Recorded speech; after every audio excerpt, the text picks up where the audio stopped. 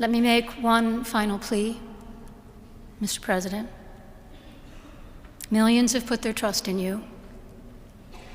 And as you told the nation yesterday, you have felt the providential hand of a loving God. Everyone meet Bishop Mariann Budde, the spiritual leader of dozens of episcopal Christian congregations in the DMV area, who is going to show Donald Trump, J.D. Vance, and the rest of the Republican Party what leading with your faith looks like in practice. In the name of our God, I ask you to have mercy upon the people in our country who are scared now.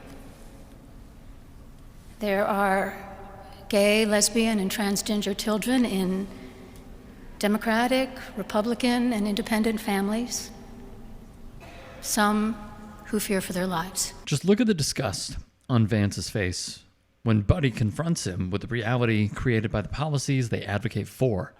Now more from Mariann. And the people who pick our crops and clean our office buildings, who labor in poultry farms and meat packing plants, who wash the dishes after we eat in restaurants and work the night shifts in hospitals, they may not be citizens or have the proper documentation.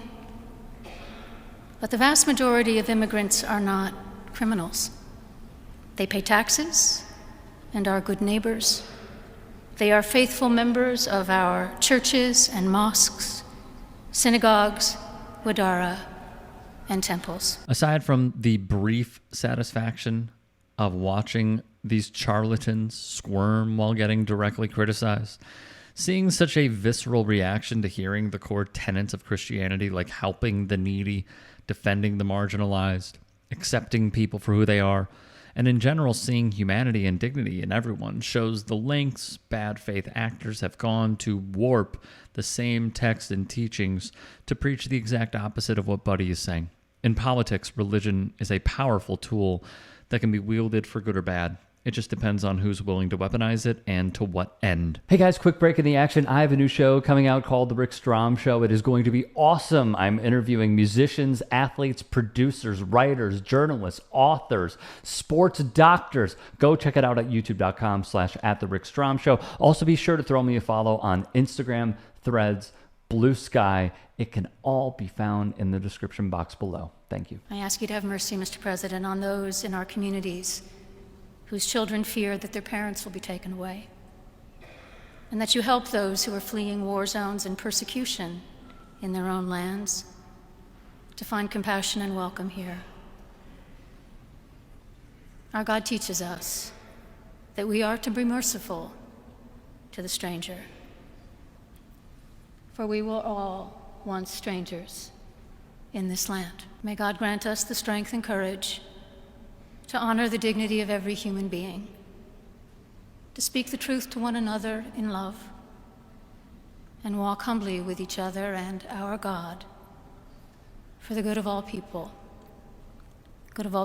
in this nation and the world. We would have loved to hear what Trump just said to Vance, but if we were to guess, it probably was something like this. What did you think of the sermon?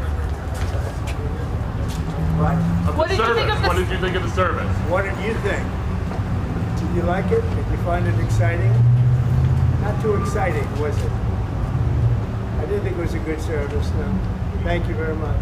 Thank you, press. Thank you, press. They can do much better. Regardless of the Christian undertones throughout the sermon, Budde's message still rings just as true with all of the religious components stripped away.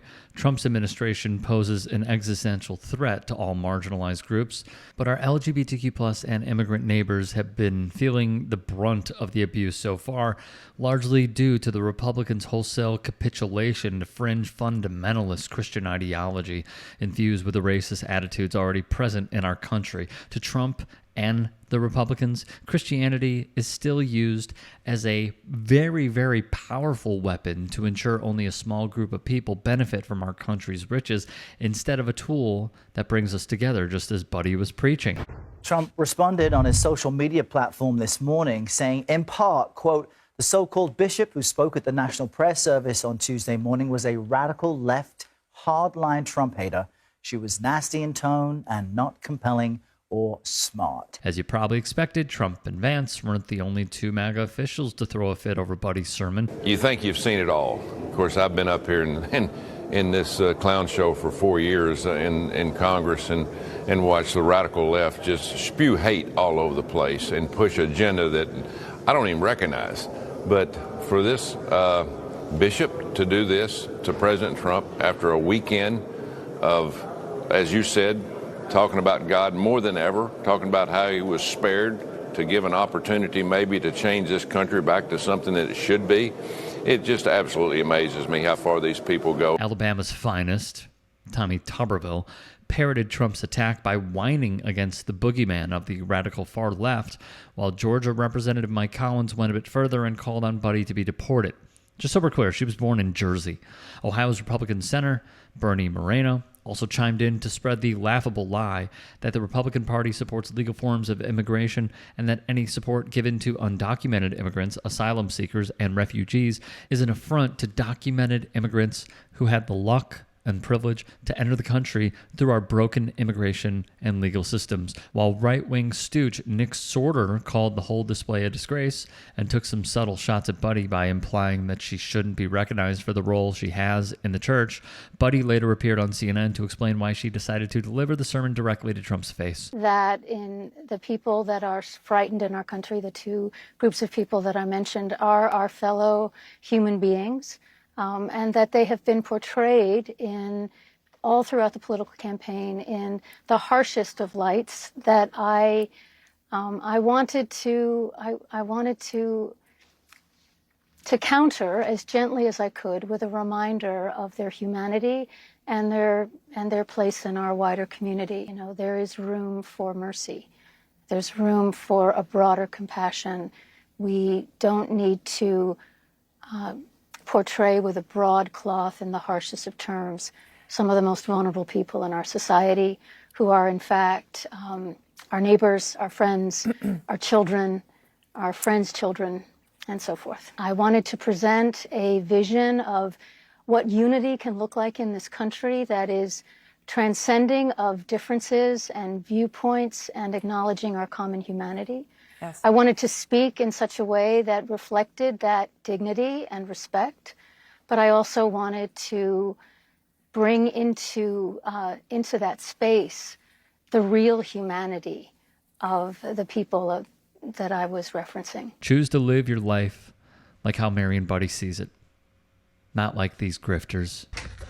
I need you to do me a favor right now. I need you to go buy the official Lorenzo Sewell coin. I want you to be able to see politics become manifest, not just in a way where we're praying over political gatherings, but where we're seeing us become the hands and the feet of the Lord Jesus Christ. Would you help me? Would you help us in this endeavor? Would you go and purchase the coin in order for us to do what we need to do in the ministry? We do transportation, housing, education. We heal medical, mental, and dental illnesses. I need you to do me a favor and go and get that coin in order for us to accomplish the vision that God has called us to do in our earth. I give God glory for what he has done, but we know that King's dream can only be fulfilled if we acknowledge that people are living in a nightmare.